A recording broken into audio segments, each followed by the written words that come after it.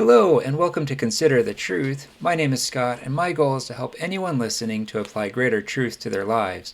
Today's video is a little bit different than most. I really enjoy videos that put forth evidences about the Book of Mormon and gospel truths, and I came across this book called Voices from the Dust.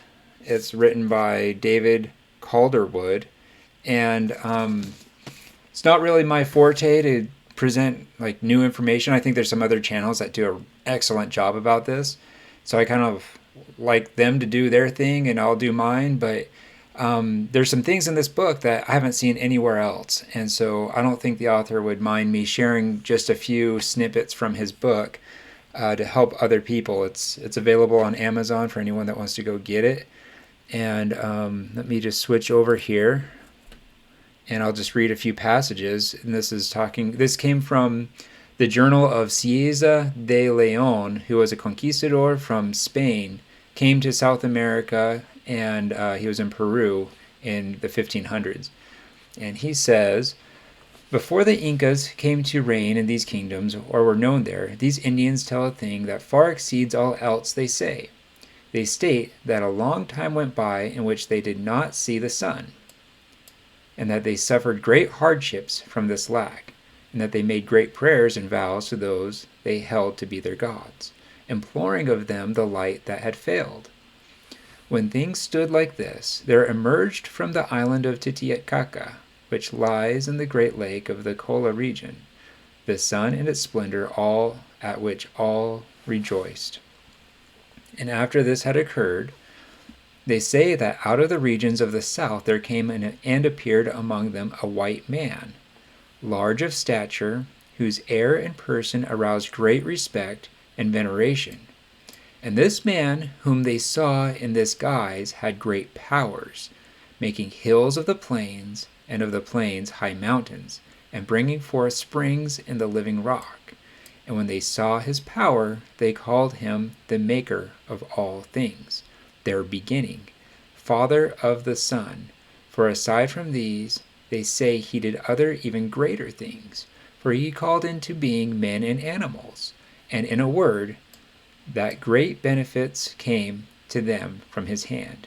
And this man, so the Indians say who told me this, which they had heard from their forefathers, who in turn had heard it in old songs that had come down to them, took his way to the north, working and doing these wonders by the route of the uplands, and they never saw him again.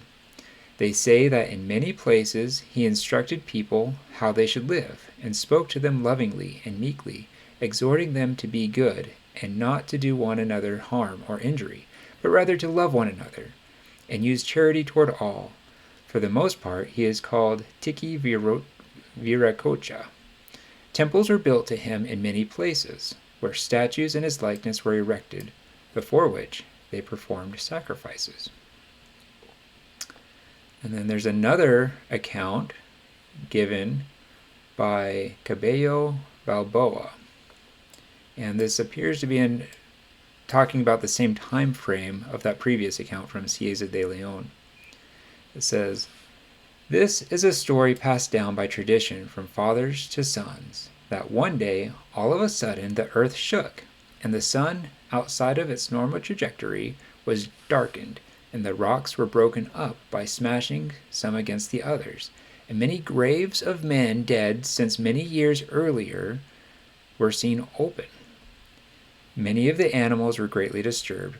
By conjecture and numerous indications, this appears to have taken place on the holy day of the crucifixion and death of our Redeemer Christ, because it was also said that within a few years there were seen in some areas of Peru certain men of venerable presence and appearance, with long beards, who dealt justly with everyone.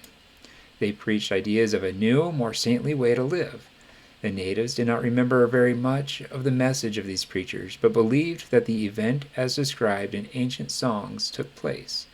The natives claimed that these men taught in many areas, and some natives acquired engraved stone images of these preachers. I'm going to come back to this story, I think. Yeah. This is a picture of the book cover here. I'm going to read this one, and then I'll go back and read that last one. It says, God punished them by sending down fire from heaven to burn them. Fountains fell upon them and covered them over. Some villages were covered with water. Other villages were swallowed up by the earth, all as a punishment sent by God. During the time of the Incas, mountains fell down, rocky cliffs and crags were brought down. Volcanoes erupted and rained fire from hell upon them. Sand flattened a city and the surrounding areas. Earthquakes killed many. Tidal waves hit the coastal regions, killing many. God also sent plagues and pestilence, hailstorms and heavy snows, killed many people and animals. This is an account from Mexico. Those other previous accounts were from Peru. And then this last one appears to be maybe an account given about one of the three Nephites. It says, and this is Cieza de Leon again, it says, in addition to this, they say that after some time had elapsed, another man similar to the one described was seen, whose name they do not state. Remember, one of the three Nephites, they said that their names were not given, we're not allowed to know their names, and that they heard from a fact from their forebears that whenever or wherever he went, he healed the sick and restored their sight to the blind with only the words he spoke. And for these kind and helpful deeds he was greatly beloved, and in the same manner working great things with his words. He came to the province of the Canas, where, close to the village called Cacha, over which Captain Bartolome de Terrazas holds an encomienda, which means a large ranch.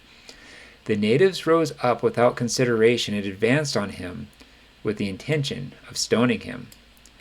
Suiting their acts to their thoughts, as they drew near, they saw him kneeling with his hands raised to heaven as though imploring divine aid against the danger that threatened.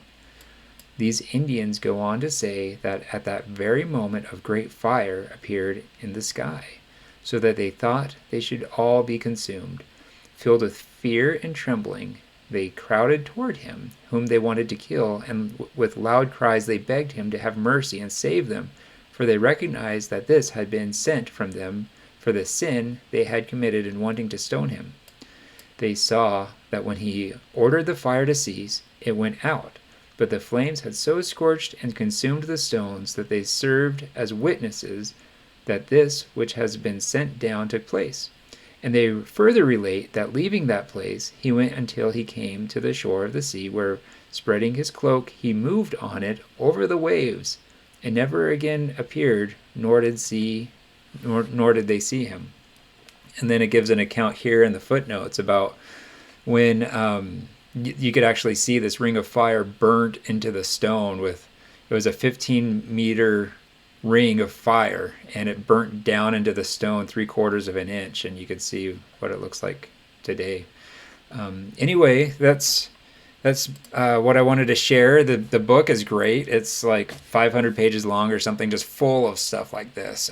This video obviously isn't monetized or anything, but there's a lot of evidences out there about the Book of Mormon and archaeology and different things that people have found.